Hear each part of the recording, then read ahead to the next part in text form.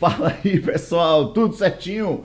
Pinça, tô dando risada porque eu me embolei todo aqui na gravação do vídeo anterior. Logo no início a língua segurou, a zorra não foi. Eu dou risada de mim mesmo, mas vamos que vamos. Vamos lá, pinceladas de direito previdenciário.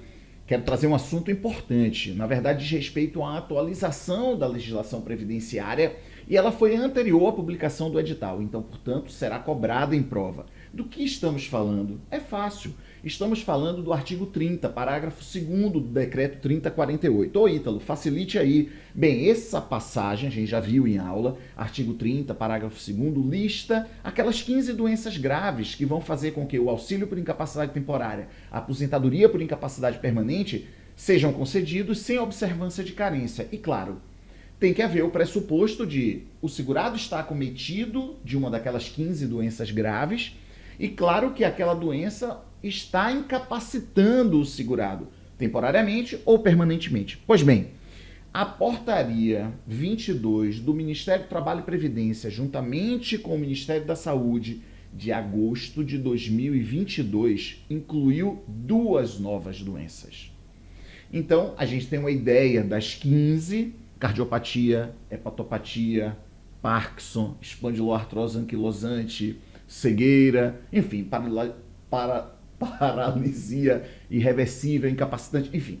A gente tem uma ideia, neoplasia, a gente tem uma radiação, a gente tem uma ideia das 15 doenças, mas agora a gente vai ter que incluir duas novas, porque se cair em prova, você vai dizer, ah não, essa daqui não é não, não, mas é sim porque foi incluído.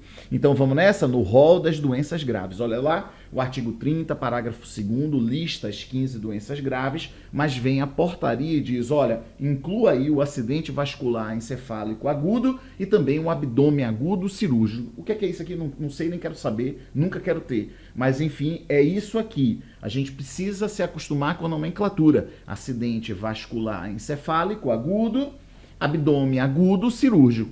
Pois bem, essas duas novas doenças agora fazem parte do rol das doenças que vão fazer com que os benefícios, aqueles dois de incapacidade, não precisem observar a carência. Beleza? Show de bola?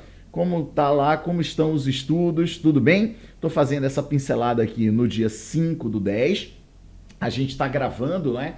Conteúdo, atualização lá para os cursos Decolando, Casadinha, Passaporte. E estamos também com o direto ao ponto, com a parte dos simulados, como também a parte aqui, não é, das questões em relação a cada ponto do edital. Bem, eu vou confessar a vocês que a gente já discutiu ali 7 pensões e a minha orientação é de que esse seja um assunto, como disse, faltando poucos dias da data da prova, você vê e revê 5 vezes o vídeo. Aí você vê e rever, e aquilo vai internalizando e você vai se acostumando. A gente falta disponibilizar ainda sobre pensão especial anistiados, a gente está falando de coisa de 1940 e poucos, depois com a Revolução, né, com a ditadura de 64, enfim. E depois a gente está falando dos ex-combatentes, a gente já estudou pensão especial do seringueiro, não é? Nunca você vai atender esse tipo de situação. Mas, enfim, um absurdo isso está sendo cobrado. E quem tenta minimizar ou relativizar, porque já divulgou com antecedência, muita antecedência, não é? E aí tenta relativizar esse tipo de situação, é malandragem. Porque em qualquer concurso INSS de 2003 para cá, nunca foi cobrado. E essas legislações, elas são anteriores.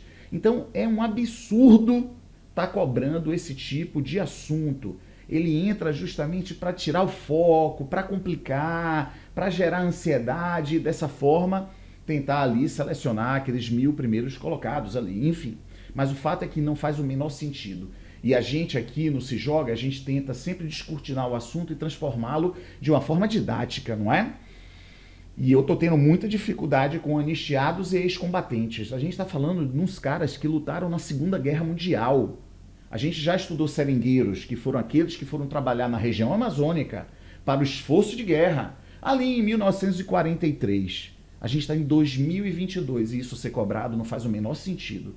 Isso é malandragem. Isso, para mim, não faz sentido. Então, por que não foi cobrado no INSS 2003, 2005, 2008, 2009, 2012? Por que não foi cobrado? Não é? A IN, por exemplo. A IN 128. Ela está aqui no edital. É uma coisa muito estranha? É uma coisa totalmente despropositada também. Totalmente despropositada. Ah, mas isso já aconteceu? Já. Isso já aconteceu. Se você pegar o INSS 2008, tá lá, IN 20. Instrução Normativa número 20, que era vigente à época. Mas assim, não caiu nenhuma questão. E a rigor, se a banca quiser, ela pode fazer uma questão totalmente absurda e fazer referência a IN 128. Então, simplesmente, ou alguém tem informação privilegiada e vai direcionar, beleza? E aí a gente não pode contar com isso, eu sou concursado e não tive isso, não é? Ou IN 128 não será cobrada. Eu vou trazer uma passagem da IN 128 para saber se você concorda comigo. Todo mundo sabe que é mantida a qualidade de segurado, correto? Aquela pessoa, aquele segurado que está recebendo benefício previdenciário, beleza? Sem limite de prazo, excetuando, neste caso, o recebimento de auxílio acidente. Isso é até novo, isso é ali 2015, 2016, não é? E a gente já estudou em aula. Então, se cair uma assertiva assim, é mantida a qualidade de segurado, independentemente de prazo, quem esteja recebendo benefício previdenciário, excetuando aquele que esteja recebendo auxílio acidente e auxílio suplementar. Você responde o quê? Você responde falso. Os alunos do Se Joga vão responder falso. Porque viram de que, olha, auxílio acidente. Ítalo nunca comentou auxílio suplementar. Nem Flaviano comentou, nem Bruno Cunha comentou em questões, porque em questões todo mundo faz questões, enfim, diversas. Então, mas essa passagem está lá na IN. Então o cara bota essa questão, aí somente quem teve direcionamento para isso acerta e os demais alunos não acertam. Então a gente tem que estar muito vigilante e muito atento para essas situações que, para mim, são perigosas. Para mim, elas são muito perigosas. Então, é assim, já caiu o IN em edital, nunca foi cobrado, porque não pode ser cobrado. Porque não faz sentido ser cobrado. É um absurdo ser cobrado. Na verdade, pode-se repetir o dispositivo da IN que tem a referência no decreto. Se você for lá no artigo 659 da IN, diz assim: pode o INSS fazer convênio e acordos, não é? Com empresas, com grandes empresas, por exemplo, com a Petrobras, com empresas públicas de economia mista. E para quê esses acordos? Para desafogar o atendimento na Previdência. Então, a própria Petrobras pode ali receber requerimento, inclusive de revisão, pedido de revisão de benefícios. Ele lista uma cacetada de serviços que, através desse convênio e desses acordos, pode ser prestados através dessas empresas, por exemplo. É só criar um outro serviço qualquer que não esteja naquelas listas ali que a assertiva vai ficar falsa. Faz sentido? Não faz o menor sentido. Então, portanto, eu continuo orientando os alunos. Claro, cada um é artífice da sua própria sorte. Se não tiver bagunça, se não tiver malandragem, então você pode ali fazer uma leitura para lá e para cá, dar uma olhada, identificando, até fazendo o seu próprio crivo de que, olha, eu acho que esse é um assunto legal, eu vou dar uma estudada aqui, carência, eu vou ali dar uma olhada como é que está na IN. Mas, sinceridade, é melhor se manter naquilo que estamos estudando. E em relação às pensões especiais, é absurdo a sua cobrança em prova. Forte abraço e vamos juntos nessa